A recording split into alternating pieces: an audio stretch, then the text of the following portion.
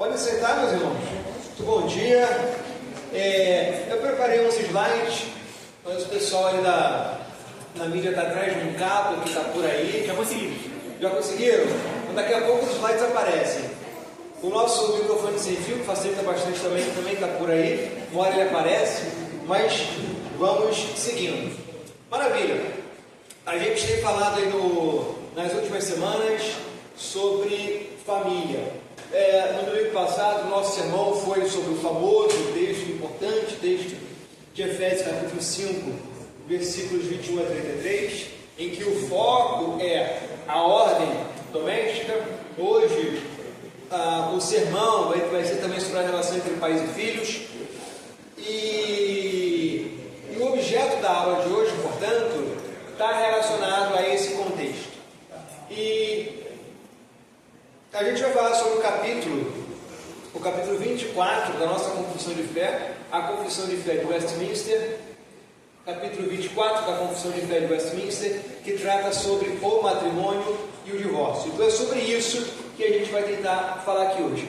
Então a gente vai expor os 4 incisos desse artigo da nossa confissão e fazer alguns comentários e conversar sobre esse importante tema à luz daquilo que a nossa confissão entende da revelação cristã.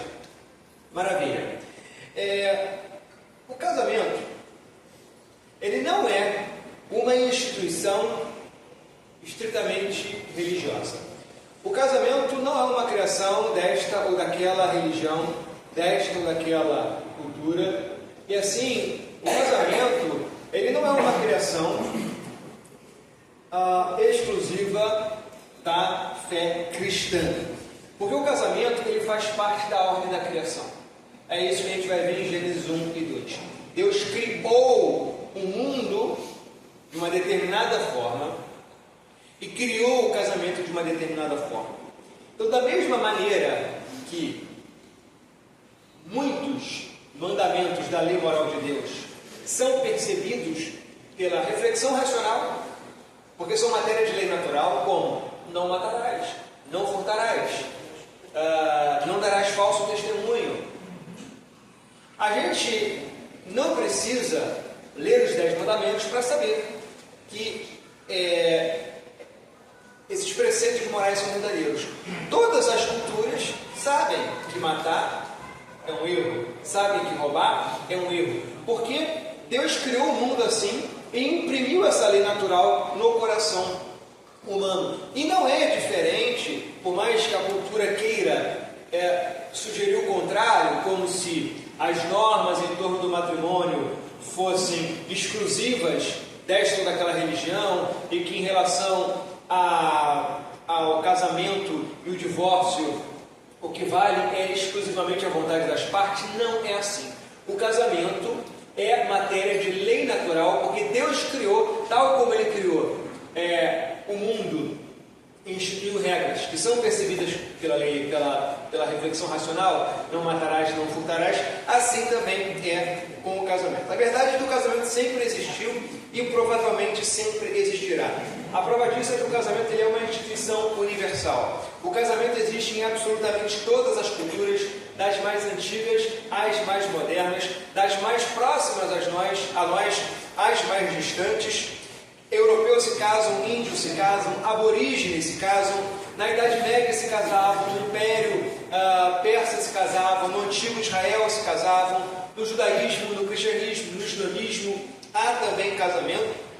É verdade que há divergências periféricas sobre como determinada religião ou cultura entende o casamento, mas o fato é que ele é uma realidade que transcende esta ou aquela sociedade.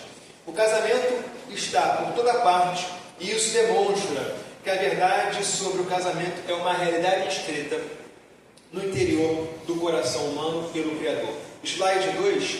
É por essa razão que o grande antropólogo Claude Lévi-Strauss ele afirma que a união mais ou menos durável, socialmente aprovada, de um homem e uma mulher e os seus filhos é um fenômeno universal, presente em qualquer tipo de sociedade.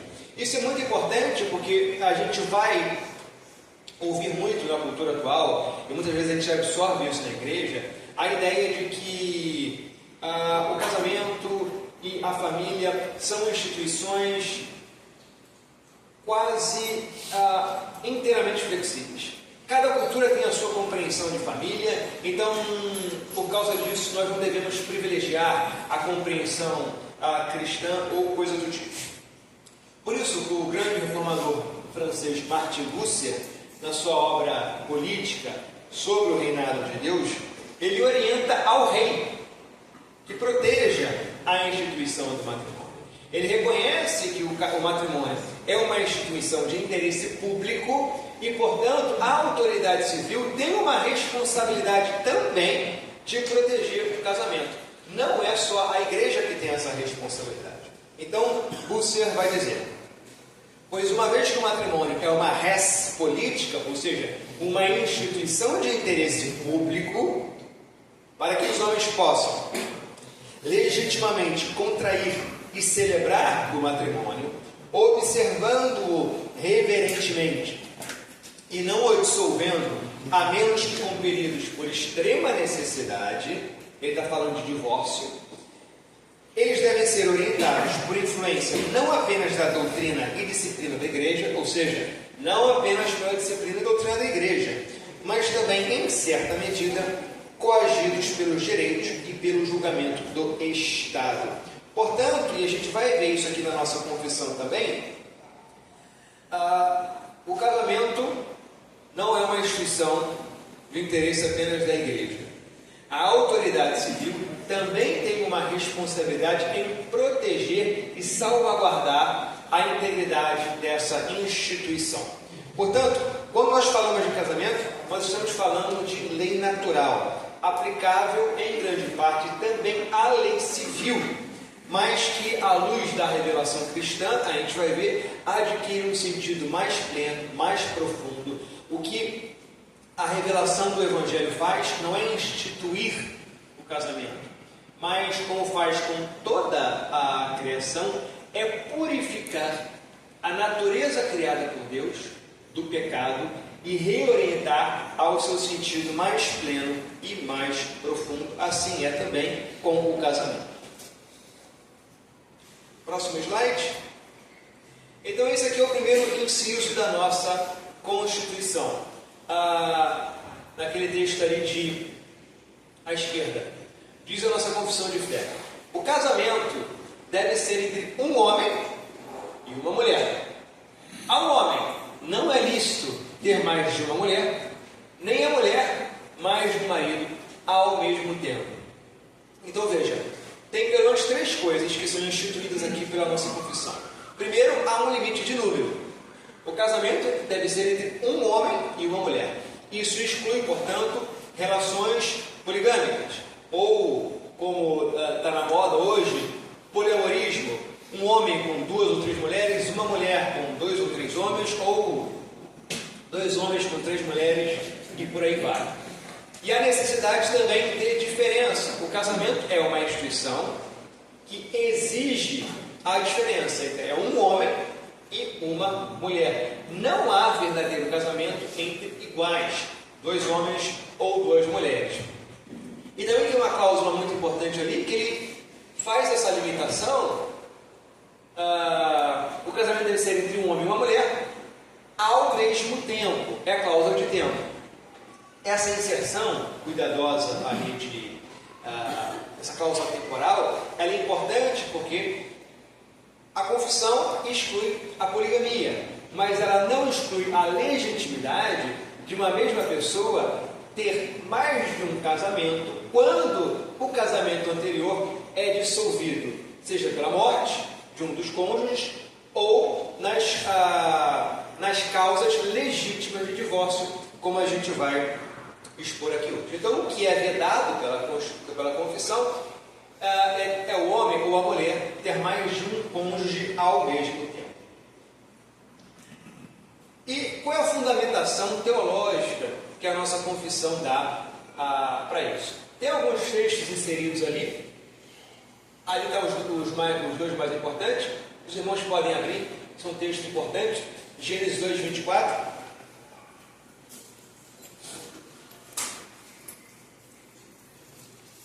a gente vai ver que o primeiro fundamento que a confissão dá para a compreensão cristã do matrimônio é o fato de que ele foi criado por Deus e instituído assim na ordem da criação. Gênesis 2, 24. Diz o texto: por essa razão, o homem deixará pai e mãe e se unirá à sua mulher, e eles se tornarão uma só carne.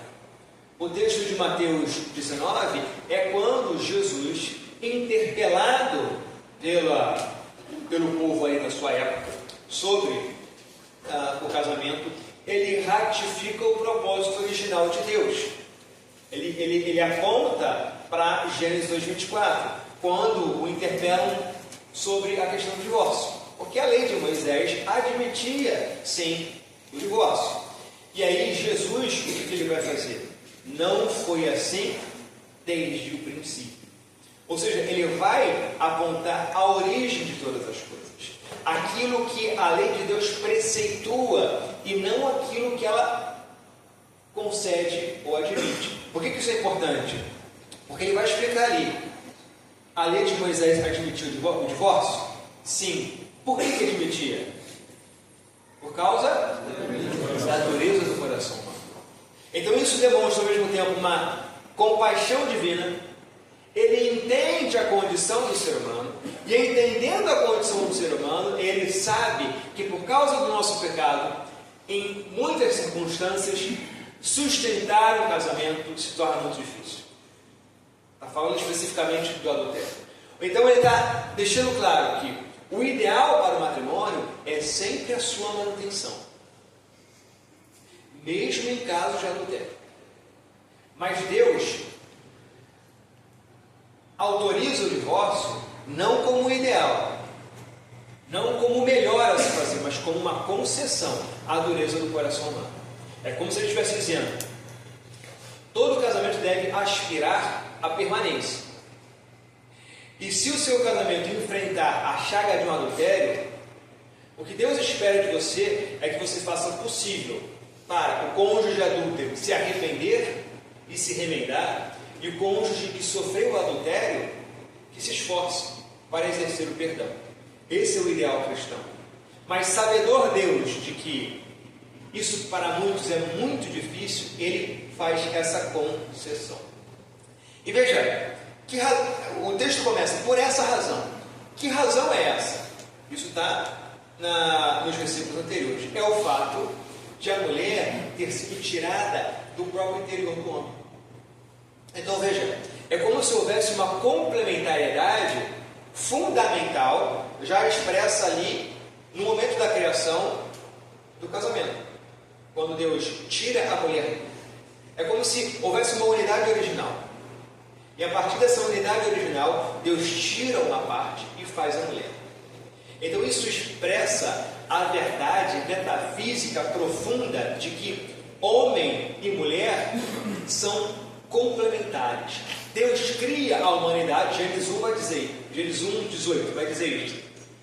Deus criou o homem e mulher os criou. Ou seja, ele cria a humanidade enquanto homem e mulher. Há uma complementariedade fundamental na criação da humanidade.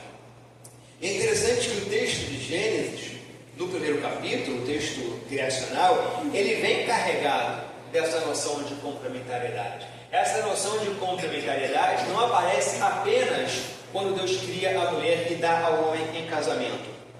Ela começa com a oposição entre trevas e luz, dia e noite, as águas do mar e a terra, a oposição entre a lua e o sol. Então, ele vai criando o universo todo com uma noção profunda de complementariedade. E essa complementariedade com a qual Deus vai construindo o mundo reverbera também na sua criação máxima, que é o homem criado enquanto homem e mulher. Então essa noção de complementariedade dos sexos não é uma arbitrariedade, é como se Deus estivesse instalando o homem na própria ordem da criação. Não é algo à toa. Todo o universo é feito desses polos opostos que se complementam. E a ordem no universo depende desse perfeito equilíbrio entre polos opostos. Veja, Deus cria a terra e cria o mar. Imagina se a terra agora, em nome da igualdade, quisesse ocupar o lugar do mar. O que aconteceria com o mundo se a terra se tornasse em mar? Morte. Imagina se o mar se tornasse em terra. Imagina se a lua agora quisesse ocupar o lugar do sol e o sol ocupar o lugar da terra. O que aconteceria com o equilíbrio cósmico do universo? Catástrofe.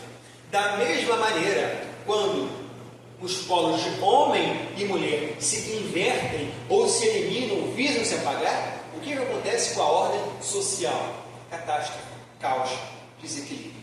Então essa complementariedade é algo muito profundo que aparece no texto de Gênesis e aparece como um reflexo da própria forma como o universo é construído. Então essa é a fundamentação teológica para o casamento nesse inciso aqui da nossa confissão. E um outro fundamento ainda mais profundo, que é aquele texto que a gente expôs no dia passado, não só o casamento se funda na ordem da criação, mas também na ordem da redenção. Quando Paulo expõe a ordem doméstica em Efésios 5, ele fala sobre o casamento e vai dizer no versículo 32: este é um mistério profundo, refiro-me, porém, a Cristo e a sua igreja. E com isso, ele está fundamentando a ordem do casamento na própria relação eterna de amor entre Cristo e a igreja. De modo que o casamento não é só fundado na ordem da criação, mas é fundado em algo muito mais profundo, que é o amor eterno do noivo Cristo pela sua noiva igreja. Então o casamento, ele foi criado com essa perspectiva de ser uma expressão evangelística do amor de Cristo por sua igreja.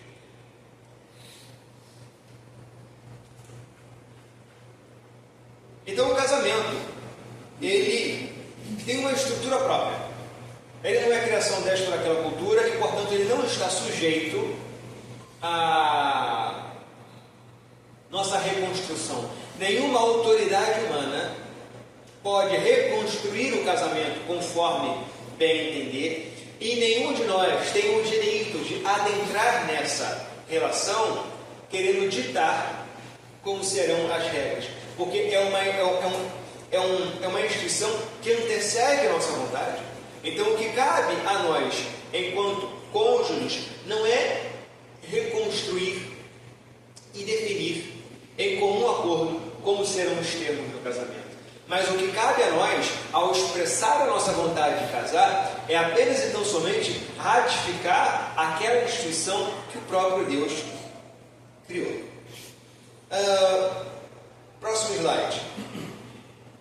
E eu acho que o slide 5. Não é esse não. Esse aí.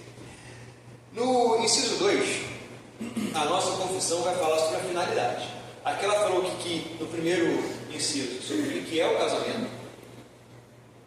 E agora ela vai falar para que o casamento serve. E vai dizer lá: o matrimônio foi ordenado para o mútuo auxílio de marido e mulher, auxílio mútuo, companheirismo e suporte desenhado desde o Éden. E a finalidade do casamento, que é a sucessão legítima da humanidade e a geração de uma semente santa para a igreja e também para impedir a impureza. Então, assim como Deus definiu o que é o casamento, essa estrutura do casamento ela é profundamente relacionada à finalidade do casamento. O casamento tem uma finalidade própria. Veja, o casamento não foi feito para você ser feliz, para você viajar o mundo, para você viver como você quiser. Não. Ele tem uma finalidade intrínseca. É para isso que ele serve.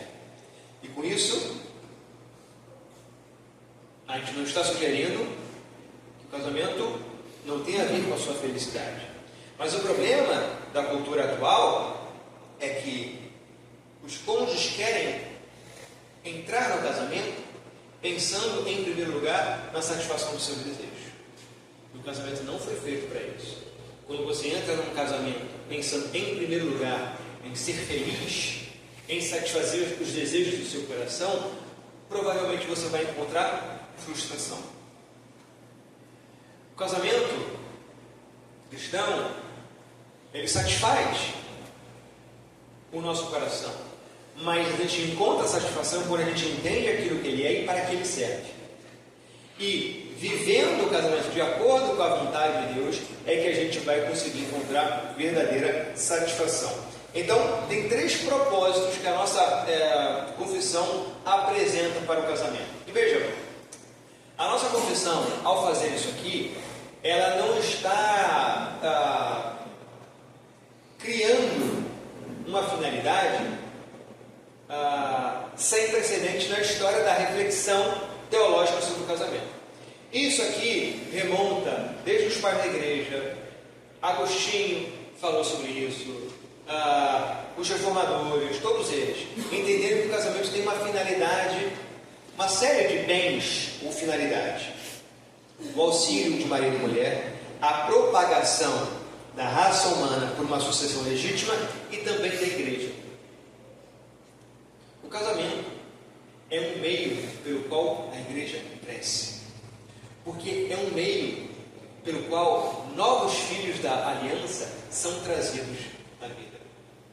Eu costumo dizer que isso muitas vezes a gente não atenta devidamente, que há muitas coisas de importante, de relevante, que nós podemos fazer nessa terra. Mas só há uma única coisa que nós podemos fazer, que com toda certeza vai subsistir por toda a eternidade, que são as novas almas que nós trazemos ao mundo por meio da união de amor entre um homem e uma mulher. Os nossos filhos que nós trazemos ao mundo são coisas de enorme valor, porque é a única coisa que a gente faz que vai durar a eternidade. E é um meio pelo qual Deus amplia o seu domínio sobre a terra e enche a cidade eterna, a Jerusalém celestial. Agostinho de Hipona, quando leu Gênesis 1 e 2, ele refletiu sobre o propósito do casamento. Por que Deus teria criado a mulher e dado ao homem em casamento? E ele levanta uma série de hipóteses. Será que ele teria criado a mulher porque o homem carecia de uma amizade? Bom, é claro que a sua esposa é a sua amiga. Mas se a necessidade primeira para a criação do casamento fosse a satisfação de amizade, um amigo resolveria tão bem o problema. Agostinho se pergunta então: será que Deus criou a mulher para ajudar Adão no seu trabalho? É certo que a mulher pode auxiliá-lo nisso, mas um outro homem poderia auxiliá-lo tão bem quanto no seu trabalho. Então a resposta, diz Agostinho, deveria ser encontrada naquilo que somente uma mulher poderia dar a um homem e jamais um amigo ou colega de trabalho poderia lhe oferecer. Que é aquilo que é singular, que é distinto, que é único, a união entre um homem e uma mulher. A mulher foi criada para gerar vida. E é exatamente isso que Deus diz logo após criar a mulher e dá-la ao homem em casamento. Sejam férteis, criem vida, vivam para algo maior do que vocês e multipliquem-se. Então Agostinho encontra aqui aquilo que é essencial na natureza humana, a natureza feminina, que é aquilo que a distingue do homem enquanto tal e a valoriza por aquilo que ela tem de singular. A mulher foi dada o dom de gerar vida no seu próprio ventre, biológica e metaforicamente também. Porque a mulher, ela naturalmente, ela é predisposta ao cuidado, ao afeto, à condição materna. A gente percebe isso, por exemplo, quando na salinha das nossas crianças aqui, quem é que cuida da salinha? São as mulheres. E ao fazer, o que elas estão fazendo? Não é simplesmente cedendo a uma imposição cultural, do patriarcado, ou o que quer que seja, mas estão exercendo a sua função própria de mãe, estão exercendo a sua maternidade, acolhendo, cuidando. Então existe uma distinção muito profunda e complementar entre homem e mulher. De modo que rejeitar esse aspecto procriativo é rejeitar aquilo que é próprio do sexo feminino. Rebaixar o valor da procriação é rebaixar o valor do sexo feminino.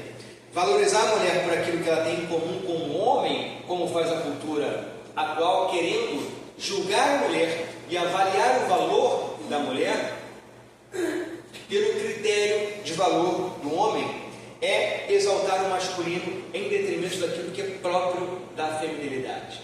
Então o que Agostinho faz aqui não é reduzir a mulher ao seu aspecto biológico, mas é valorizá-la por aquilo que ela tem de singular, por aquilo que ela tem de único e que nenhum homem conseguiria fazer. Então veja, aqui a gente tem o fundamento teológico do que é o casamento e daquilo para o que ele serve. Mas a gente poderia refletir também filosoficamente e perceber, como eu disse, o casamento é matéria de lei natural. Ele foi criado e instituído por Deus e impresso na própria ordem da criação. De modo que a gente consegue, em alguma medida, refletindo racionalmente sobre a natureza dessa instituição, perceber o que ela é e para o que ela serve. Diz a Escritura que o homem, quando deixa pai e mãe, se une à mulher e se torna uma só carne, um só corpo, como diz o apóstolo Paulo. Agora vamos refletir sobre esse conceito de unidade de corpo. O que define um corpo como uma unidade? Pensa no seu corpo. Todos nós temos corpos e os nossos corpos são uma unidade. O que faz do seu corpo uma unidade? Você tem diversos órgãos internos. Tem o cérebro, coração, fígado, bexiga. O que faz com que tudo isso seja uma unidade? Será que é o fato de estarem reunidos, circunscritos no mesmo espaço físico?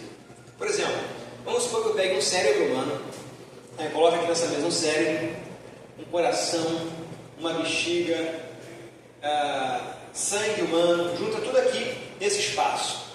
Eu teria um corpo? Não? Mas toda a matéria de que nós somos feitos estaria aqui, pé, tudo aqui. Eu teria um corpo? Não? Não teria um corpo. Por que não teria um corpo? Porque o que torna um corpo uma unidade não é a mera reunião de órgãos, é uma finalidade, é uma ação em comum. O que torna o corpo uma unidade é porque todos os órgãos que estão no seu corpo estão coordenados para uma única finalidade biológica em comum, que é a sobrevivência e a reprodução do corpo. Todos eles trabalham em comum para uma finalidade maior. O coração não está pensando só no seu próprio bem-estar. Se o coração começar a pensar mais em si do que na unidade do corpo, o corpo morre. Se o coração falar, não, cansei de viver para algo maior, agora eu vou viver para mim mesmo. O que acontece com o corpo? O corpo morre. E de tabela, morre o coração também. Então, os seus órgãos são o corpo porque eles estão coordenados para um único propósito biológico do todo que eles formam em conjunto, que é a sustentação da vida biológica. E da mesma maneira, para dois indivíduos agirem organicamente como um só corpo, os seus corpos devem estar coordenados rumo a uma finalidade biológica maior, que é a criação de algo maior do que eles mesmos, que é a criação de filhos, a criação de nova vida, que é a única função biológica para a qual nós, individualmente, somos radicalmente incompletos. Existem espécies animais que se reproduzem assexuadamente. Nós não. Nós precisamos do complemento para alcançar essa finalidade biológica do corpo. Então, a unidade do corpo num casamento, ela não se dá apenas por estarem os dois juntos lado a lado. Se dá apenas e tão somente quando eles estão cooperando para uma finalidade maior e satisfazendo essa própria finalidade biológica e natural do matrimônio. E é justamente por essa razão, veja, que o casamento só pode se dar entre duas pessoas diferentes. Não pode se dar entre mais do que duas pessoas e não pode se dar entre dois iguais. Por isso que o casamento é monogâmico por natureza, por definição, porque não existe unidade biológica entre três. Só existe essa unidade biológica entre um homem e uma mulher. Tem como haver unidade biológica entre um homem e duas mulheres? Não. Tem como haver unidade biológica entre dois homens? A união de dois homens cumpre um papel que está para além da satisfação do desejo individual? Não. Então é pela própria natureza da união sexual entre homem e mulher que a gente percebe que o casamento ele é essencialmente monogâmico e é essencialmente destinado a essa finalidade de procriar. E aí alguém pode, ao ouvir essa reflexão e defesa da natureza do matrimônio, da monogamia, e apontar, mas a gente não tem diversos exemplos aí na cultura de compreensões diferentes de família? A gente não tem diversas culturas aí que são poligâmicas, que são poliândricas? Não tem diversas culturas que têm definições diferentes de casamento? Então, se é assim, será que de fato existe uma definição única, racional, do casamento entre um homem e uma mulher? Será que isso não seria então uma imposição da nossa religião sobre a cultura? Não existem, inclusive no Antigo Testamento. A gente está dizendo aqui que a nossa teologia ela aponta para o casamento como um homem e uma mulher, certo? A gente argumentou aqui que filosoficamente a gente consegue perceber isso. Mas e no Antigo Testamento? Não tem exemplos de poligamia, por exemplo? O que a gente faz com isso? Não é incomum a gente ouvir de certas pessoas, às vezes um tanto cinicamente, querendo sugerir que não haveria uma compreensão bíblica de casamento e de família, dizendo, mas se Abraão e sua concubina, isso não é uma família bíblica? Sim ou não? Diz aí, Rafael. Não é uma família bíblica? É uma família bíblica, não é? Sara e a concubina. E Davi, que mandou lá seu leal soldado para o campo de batalha para ficar com a mulher dele. Isso não é uma família bíblica? E Salomão, que deu conta, sabe-se lá como, de um bocado de mulheres. Isso não é uma família bíblica? Veja,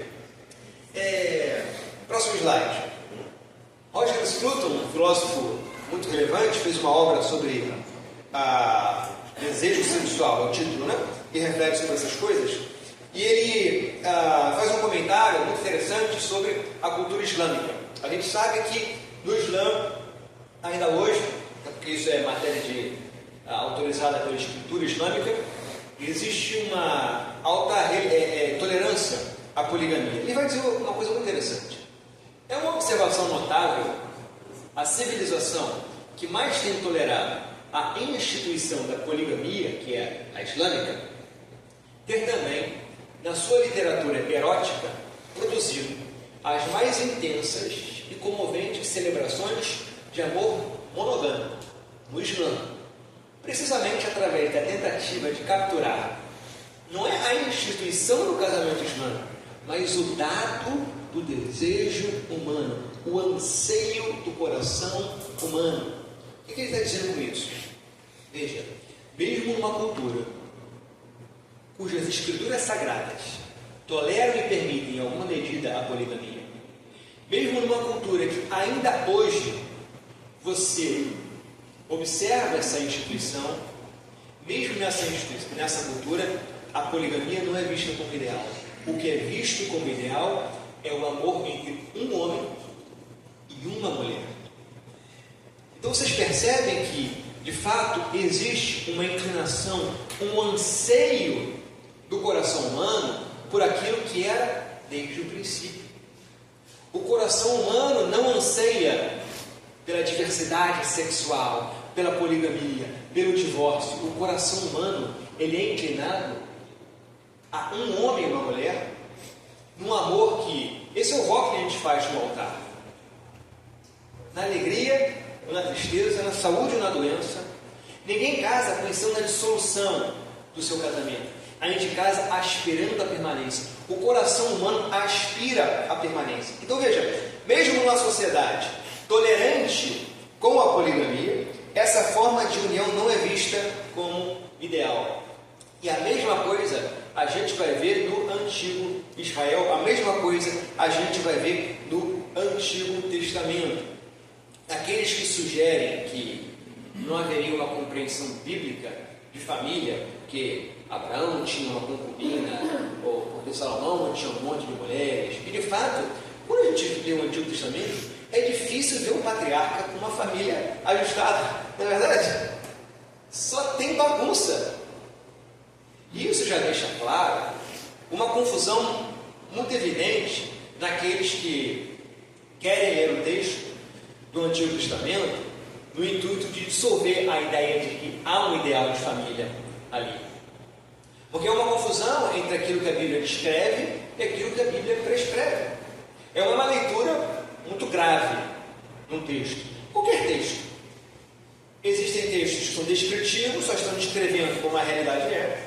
Um jornal, você abre um jornal e diz: houve um assalto seguido de morte não sei onde, na rua da esquina. Quando o jornal descreve aquilo, ele não está descrevendo aquilo como ideal. Não está dizendo, é isso aí, você tem que assaltar e tem que matar. Não. Só está dizendo aquilo que é. E é a mesma coisa com o Antigo Testamento. O Antigo Testamento relata, descreve diversas barbaridades.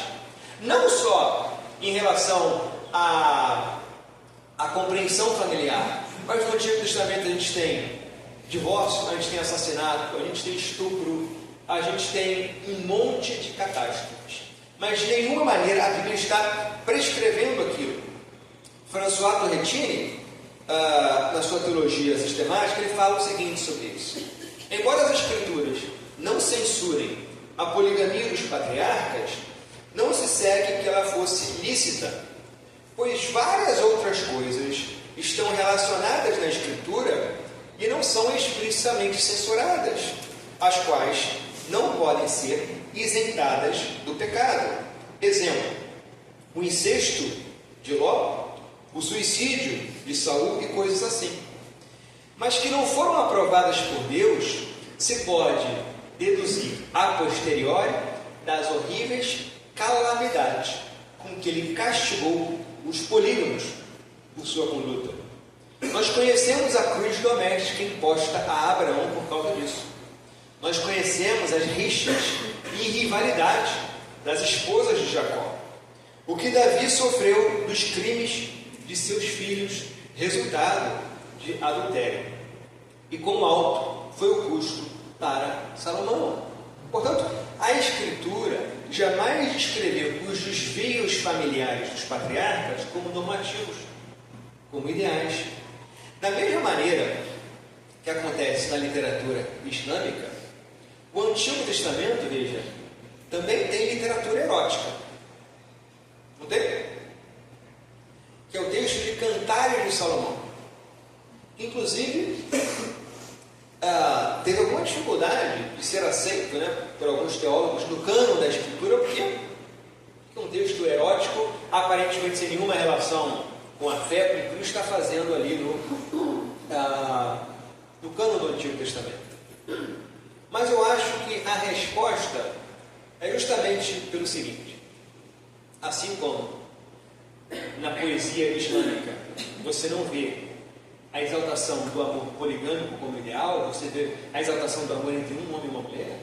Veja, o texto erótico inserido ali no meio do Antigo Testamento, naquela cultura cujos patriarcas foram conhecidos pela poligamia e por diversos desvios familiares, a gente tem um texto que exalta o amor conjugal. E o que a gente vê nesse texto? A gente vê a exaltação de um homem por suas mulheres, a gente vê a exaltação de uma mulher por seus homens, a gente vê a exaltação do amor de um homem por sua concubina. Não. O que a gente vê ali? Descrito como ideal. A exaltação do amor de um homem por sua única mulher. Então veja, com isso a gente percebe, é na poesia que a gente percebe aquilo a que o coração humano anseia. Mesmo, portanto, em culturas em que certos desvios familiares são tolerados, jamais são vistos como ideal.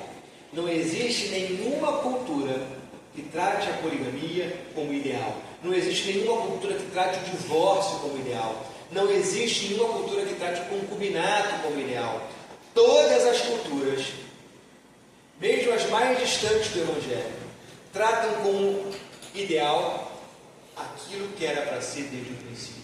O amor conjugal entre um homem e a sua mulher.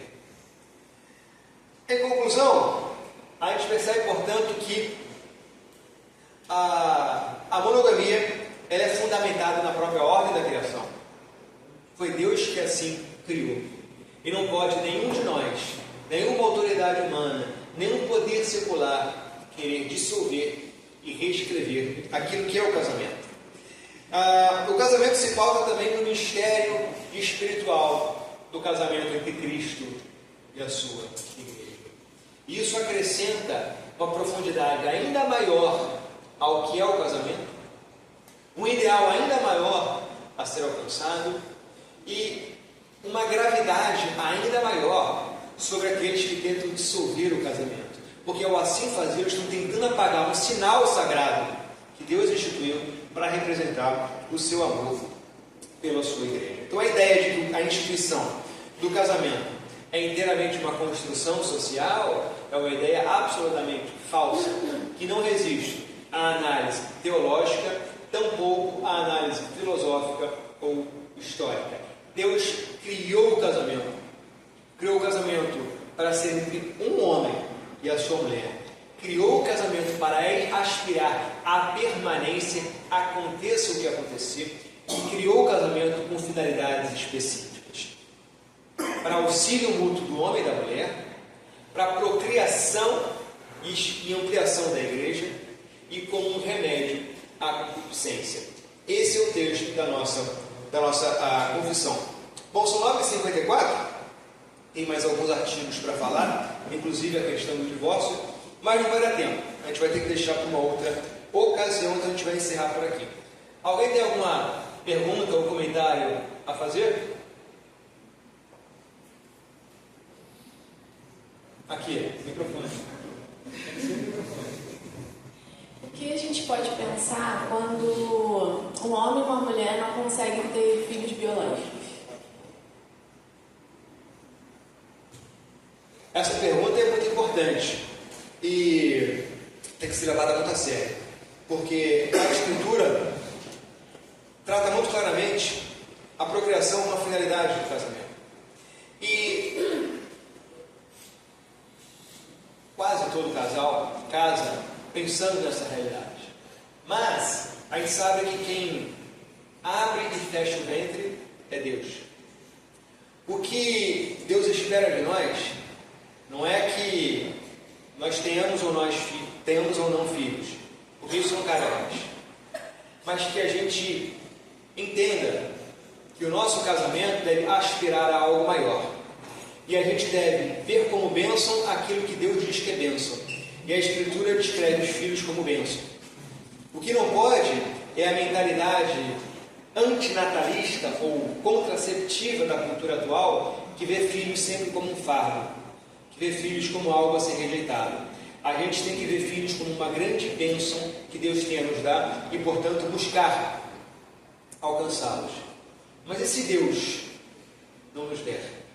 Veja, a paternidade e a maternidade, elas são representadas materialmente pelos filhos.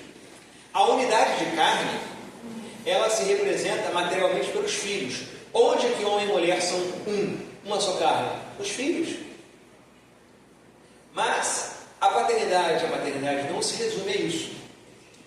O pastor que cuida das ovelhas o faz como pai. A autoridade civil, a gente falou aqui recentemente, que exerce a função de prover e proteger para os seus, exerce uma função de pai. A mulher que cuida das crianças na salinha, ela está exercendo a sua função de mãe. Então, se por acaso Deus não nos abençoar com o fruto do ventre, há outras formas de se exercer a paternidade e a maternidade. A paternidade e a maternidade espirituais, se dedicando às ovelhas da igreja, cuidando e acolhendo aqueles que precisam, pastoreando. Então o homem exerce a sua paternidade sempre que ele encontra uma forma de prover e proteger.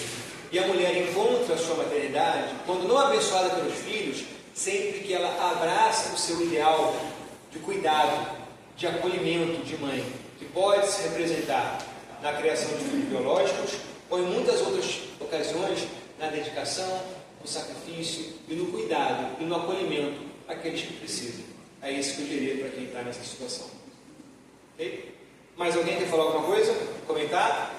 O termo poligamia, monogamia, né? Usou um outro termo aí que eu nunca ouvi. Eu esqueci de qual é. Pode explicar para você? Poliandria.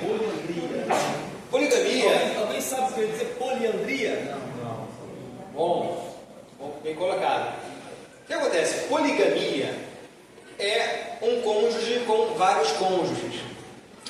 Mas especificamente, o que acontece historicamente não é poligamia, é poliginia, que é, pensa aí no termo ginecologista, quem cuida da saúde da mulher, né? Poliginia é um homem com várias mulheres, e poliandria é uma mulher com vários homens. É isso. Então, o que a gente tem, em alguma medida historicamente, não é propriamente poligamia, muito menos poliandria, é poliginia, um homem com várias mulheres. É isso que, em alguma medida, a gente encontra em algumas culturas. Tá? A poliandria, uma mulher com vários homens, é praticamente inexistente. Isso aponta também para essa realidade de que o casamento, pela sua natureza, propende à procriação. Né? Enfim, mas essa é uma outra discussão. Enfim, poliandria é uma mulher com vários homens e poliginia é um homem com várias mulheres. É isso que a gente tem em alguma medida historicamente. É isso que acontece no Antigo Testamento. Poliginia, um homem com algumas mulheres. Acho que dá tempo aí para mais uma pergunta. Ali, fala alto aí, que o microfone não chega.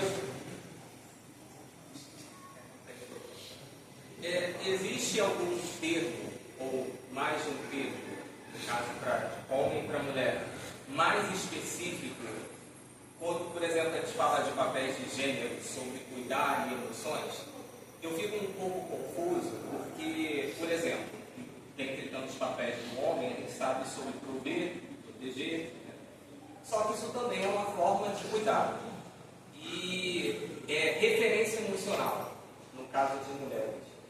Eu fico em dúvida, por mais que eu consiga entender claramente a distinção, é mais pelo tipo de expressão utilizada para essa distinção. Homens também são referências emocionais para os filhos. Não existe um campo neutro de influência emocional nesse sentido. Por exemplo, a partir do momento que o homem cuida, provendo, protegendo, pastoreando, enfim, isso também é denotado de emoções, mesmo que emoções diferentes da mulher. Tá. Como fazer uma distinção mais clara nesse sentido? Entendeu mais ou menos? Acho que sim. Como distinguir mais claramente o que compete ao homem do que compete à mulher? é mais do campo da expressão. Da expressão emocional. Isso, a mulher é emoção, homem é provisão. Sendo que o homem cuida nesse sentido e também demonstra emoção. E mulher também faz um pouco do outro, mesmo que a gente não atribua esse tipo de expressão. Não sei se eu tenho uma resposta, mas assim, talvez que essa distinção, mulher é emoção, homem é razão, às vezes pode ser uma distinção muito arbitrária e fria, né? Como se a mulher não tivesse razão e o homem não tivesse emoção, a coisa obviamente não é tão simples, né?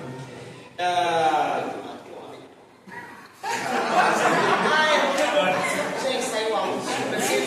Razão, a mulher sempre defende muito mais do que o homem. Claro! Aí sabe que a gente não pode botar na mulher. Aí de nós que se não.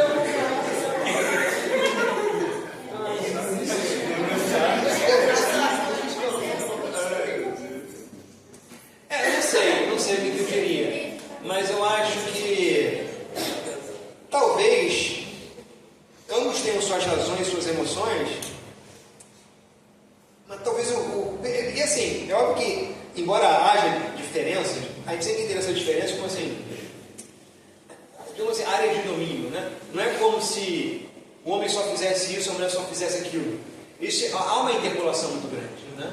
Não é como se o homem não pode ser fonte de afeto para os seus filhos e a mulher não pode, em alguma medida, ser fonte de proteção e provisão. Claro que é, né?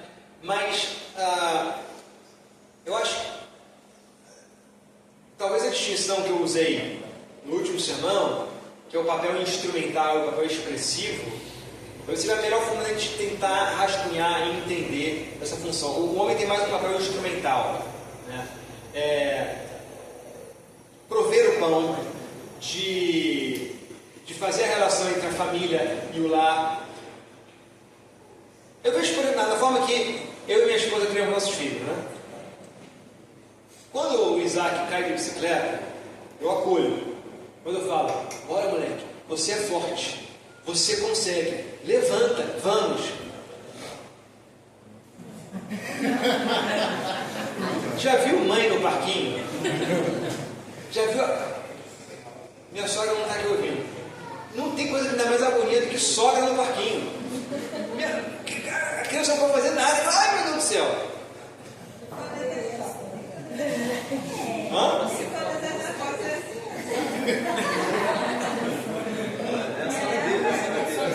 Só a minha. Não, você esqueceu de falar que é vó. É vó. Não é só, é vó. Mas existe uma diferença, e essa diferença é saudável, porque a mulher, ela vai acolher mais, ela vai, a forma de expressar sentimentos é diferente, e aí essa é a importância da complementariedade. A mulher, ela complementa de um modo diferente, ela vai acolher na dor, ela vai abraçar, ela vai fazer tudo para proteger a afeição. O homem, eu também sou fonte de emoção para os meus filhos, mas é diferente, é no encorajamento, de fazer essa intermediação entre a casa e a rua, encorajando, dizendo você consegue, você incentiva, eu estou aqui contigo, vamos, e levar a criança, no caso das crianças, né, a vencer os seus limites e lidar com as emoções de um modo diferente. E não é que um seja melhor do que o outro, mas cumprir papéis diferentes. A criança que cresce sem esse papel da mãe, mais protetivo mesmo, né, de evitar que o filho enfrente esses desafios de proteger, isso é importante. É importante que no lar a criança e o marido também, né, sabe que depois da luta externa vai chegar no lar e não vai ter hostilidade, só vai ter acolhimento. Mas é importante para que o filho saiba botar o pé da rua para casa, que ele vai ter um pai que vai estar ali com ele, encorajando e desafiando. E quando acontece algum problema, a criança sabe também que pode voltar para o colo da mãe, que não vai ter hostilidade nenhuma, mas apenas acolhimento. O nosso presbítero ali já está querendo cortar meu pescoço, então a gente vai ter que deixar para depois, são 10 segundos. A última? Então aqui, Cláudio vai ficar. Não, deixa eu sei que você não vai dar tempo de falar sobre os divórcios, mas eu acho muito interessante você, assim, depois do valor entre os cristãos, esse índice de divórcio está muito alto. E assim, a gente sabe é do coração do homem, mas de casar, assim, até entre os cristãos, né? Não dá tempo, não dá, a gente termina, a gente vai. Então, assim, a gente está vendo assim, a banalização de casamento, de união, até dentro do igreja. Então, assim, era muito bom. Isso depois dá uma pincelada. Assim, sei que hoje não vai dar tempo, mas isso é muito. A gente pode fazer a segunda parte dessa aula aí outra semana para complementar esse assunto, que é muito importante, tinha muita coisa para falar e, como você falou muito bem, está sendo banalizado. Na cultura secular já foi banalizado há muito tempo, né? O casamento não aspira mais à permanência, né? O que importa é a tua satisfação. Mas na igreja isso tem acontecido também. Mas a gente vai deixar isso para outro momento. Vamos orar? Senhor, muito obrigado, Pai, por essa reflexão. Muito obrigado por aquilo que o Senhor nos revelou. Muito obrigado pela nossa confissão, que foi tão bem elaborada e serve de apoio e instrução nesse assunto que, Pai, é tão importante. Que o Senhor nos ajude a termos clareza sobre o que é o casamento e para que ele serve.